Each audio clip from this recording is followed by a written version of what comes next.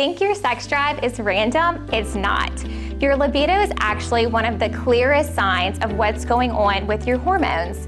It's your body's way of waving a red flag. I'm Mallorie, a medical provider here at Rejuvime Medical, and today we're breaking down what a low or fluctuating libido could be telling you.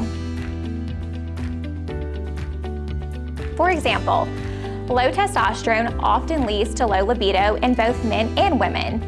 High cortisol, on the other hand, can block the hormones that support desire altogether. Your hormones like estrogen, testosterone, progesterone, and even cortisol all play a role in desire, arousal, and connection. When they're off, you feel off.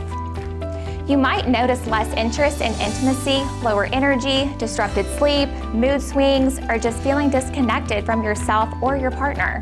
The problem? These symptoms are often brushed off and chalked up to just getting old. But at Rejuvime, we dig deeper. We take the time to ask the right questions and actually listen to your answers.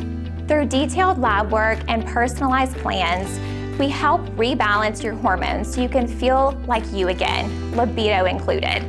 We look beyond normal lab ranges and focus on what's optimal for you.